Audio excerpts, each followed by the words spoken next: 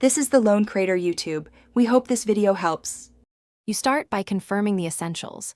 Sign into an administrator account, confirm Windows Update is current, then restart the computer.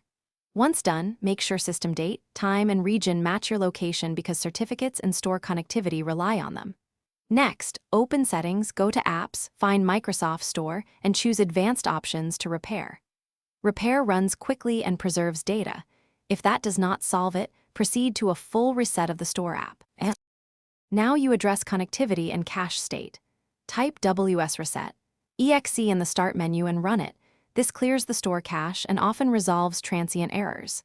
If issues persist, open command prompt as admin, ipconfig/flushtons, then ipconfig/release and /renew to reset network state. Disable any proxy or VPN temporarily because they can block store traffic.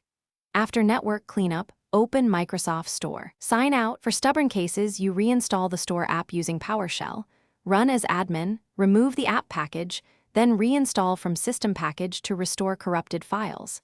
If you suspect a profile-specific problem, create a new Windows user and test the store there. This isolates configuration errors. Finally, run system integrity checks.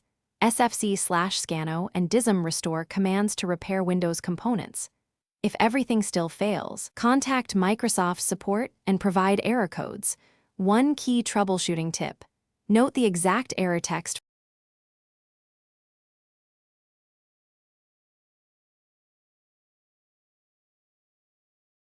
Thanks for watching. Consider subscribing if we helped you.